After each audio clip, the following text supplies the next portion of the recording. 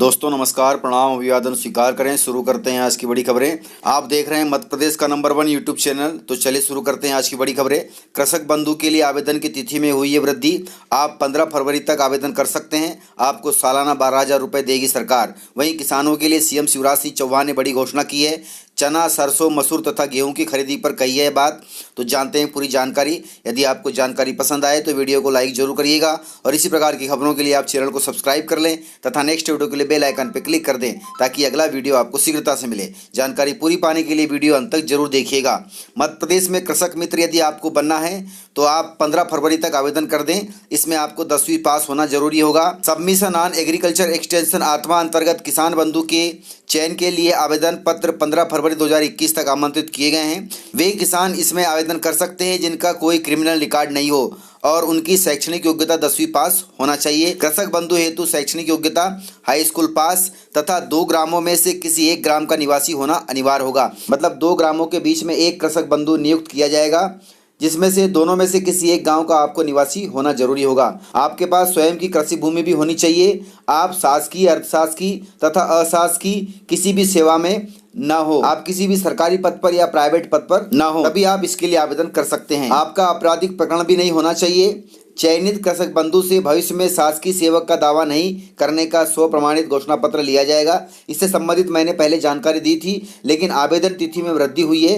यदि आवेदन करने से चूक गए हैं तो अभी भी आपके पास समय है। अंतिम तिथि से पहले आवेदन करें। आप आवेदन कहां जमा करेंगे उसके लिए जानकारी है। आप अपने ब्लॉक के कृषि अधिकारी के पास आवेदन जमा कर सकते हैं जो कि विकासखंड स्तर पर होता है। चयनित संबंधी जानकारी के लिए विकासखंड स्तर पर पदस्थ वरिष्ठ कृषि अधिकारी से आप संपर्क कर सकते हैं और अंतिम तिथि से पहले आवेदन कर सकते हैं। मैं आपको फिर एक बार बता देता हूं। योग्यता, शैक्षणिक योग्यता इसमें 10वीं पास है। आयु सीमा आपकी 40 से 45 वर्ष होना चाहिए। आपको किसी भी ग्राम का निवासी होना चाहिए। 2 गांवों के बीच में एक कृषक बंधु नियुक्त किया जाएगा। आपको महीनेवार 1,000 रुपये मेहनताना दिया जाएगा, अर्थात 12 महीने में 12,000 रुपये आपको मेहनताना मिलेगा। तो इस प्रकार से यदि आप इच्छुक हैं तो 15 फरवरी तक अपने ब्लॉक के कृषि अधिकारी से जानकारी लेकर के आवेदन कर सकते हैं और योजना का लाभ उठा सकते हैं। वही अगली जानकारी है, सीएम शिवराज सिंह चौहान ने रबी फसलों की खरीदी के लिए बड़ी बात कही है। उन्होंने कहा है कि 20 फरवरी तक चलेगी पंजीयन प्रक्रिया गेहूं की। वही 22 मार्च से इंदौर तथा उज्जैन संभाग में गेहूं खरीदी जाएगी और शेष संभागों में 1 अप्रैल से गेहूं की खरीदी की जाएगी। इंदौर और उज्जैन संभाग में लगभग 16 जिले पड़ेंगे, क्योंकि प्रत्येक संभाग में 7 से 8 जिले पड़ते हैं। तो 2 संभाग की हम बात करें तो लगभग 15 से 16 जिले पड़ेंगे। इन 15 से 16 जिलों में 22 मार्च से गेहूं की खरीदी होगी समर्थन मूल्य पर। वहीं अन्य बाकी जो संभाग बचते हैं उन संभागों में 1 अप्रैल से गेहूं की खरीदी की जाएगी। चना, मसूर तथा सरसों की समर्थन मूल्य पर खरीदी 15 मार्च से होगी और यह 15 मई तक चलेगी और इसके लिए पंजीयन 25 फरवरी तक चलेंगे। पंजीयन आप 5 प्रकार से कर सकते हैं। पहला MP किसान ऐप पर, दूसरा कॉमन सर्विस सेंटर पर, तीसरा लोक सेवा केंद्र पर, चौथा ई उपार्जन पंजीयन ऐप के माध्यम से, 5वां समिति स्तर पर स्थापित केंद्र पर। आपको इनमें से जो भी व्यवस्था आसान लगे उसके द्वारा आप पंजीयन करा सकते हैं। वहीं सिकमी और वनाधिकार पट्टाधारी किसान समिति स्तर पर स्थापित पंजीयन केंद्र से ही पंजीयन कराएं। सीएम शिवराज सिंह चौहान ने प्रदेश के सभी जिलों के कलेक्टरों को इससे संबंधित जानकारी दी है, निर्देश दिए। उन्होंने कहा है कि गेहूं के उपार्जन कार्य में किसानों को उपार्जन केंद्रों पर ही सभी आवश्यक सुविधाएं उपलब्ध कराई जाएंगी। समय पर उनकी फसल का उपार्जन हो तथा उपार्जन के बाद भुगतान में विलंब न हो। किसी का भुगतान नहीं रुकना चाहिए। उपार्जित फसल के तुरंत परिवहन की व्यवस्था की जाए ताकि किसानों को परिवहन के बाद तुरंत भुगतान हो सके। 22 मार्च से गेहूं का उपार्जन होगा। प्रदेश में इस बार गेहूं का उपार्जन 22 मार्च से इंदौर एवं उज्जैन संभाग में होगा। वहीं 1 अप्रैल से शेष संभागों में गेहूं का उपार्जन होगा, अर्थात खरीदी होगी। उपार्जन के लिए पंजीयन चालू हैं जो 20 फरवरी तक चलेंगे, अर्थात गेहूं का पंजीयन 20 फरवरी तक होगा। इस बार भी गत वर्ष की तरह 4529 उपार्जन केंद्र बनाए गए हैं जिससे किसानों को आसानी होगी। इस बार सरकार ने कहा है कि 125 लाख मीट्रिक टन गेहूं का उपार्जन किया जाएगा। अभी तक 4,13,000 किसानों ने गेहूं उपार्जन के लिए पंजीयन कराया है। गत वर्ष 19,47,000 किसानों ने पंजीयन कराया था, जिनमें से 15,81,000 किसानों ने गेहूं बेचा था। इस बार सरकार का मानना है कि 20 लाख किसान पंजीयन कराएंगे, जिससे 125 लाख मीट्रिक टन गेहूं खरीदा जाएगा। गेहूं का समर्थन मूल्य 1975 रुपये प्रति कुंटल रखा है सरकार ने। गत वर्ष यह 1925 रुपये प्रति कुंटल था। इस बार गेहूं की बोनी का रकबा भी बढ़ा है। इस बार गेहूं 98,20,000 हेक्टेयर में हुई है प्रदेश में। सिकमी और बटाईदारों के अधिकतम 5 हेक्टेयर रकबे का पंजीयन किया जाएगा। उपार्जन के लिए इस बार सिकमी तथा बटाईदार किसानों के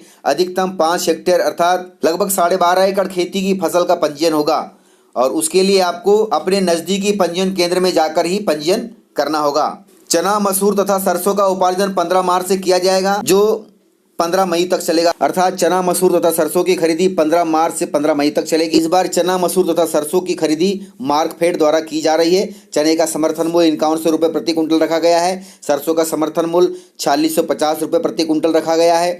मसूर का समर्थन मूल्य 5100 रुपये प्रति कुंटल रखा गया है। इस वर्ष चने की खरीदी 14,51,000 टन होगी प्रदेश में। वहीं मसूर की 1,37,000 टन होगी तथा सरसों की खरीदी 3,90,000 टन अनुमानित है प्रदेश में। वहीं स्व सहायता समूह के माध्यम से भी उपार्जन किया जाएगा। सीएम शिवराज सिंह चौहान ने कहा है कि पिछले वर्ष की तरह इस बार भी स्व सहायता समूह तथा कृषि उत्पादक समूह को खरीदी की जिम्मेदारी दी जाएगी। पिछले वर्ष 39 उपार्जन केंद्रों पर स्व सहायता समूह एवं कृषि उत्पादक समूह ने प्रदेश के किसानों का 9,78,526 कुंटल गेहूं खरीदा था, जो कुल उत्पादन का 3% था। इसी प्रकार से व्यवस्था बनाई गई है ताकि किसानों को खरीदी के दौरान किसी प्रकार की कोई दिक्कत न हो।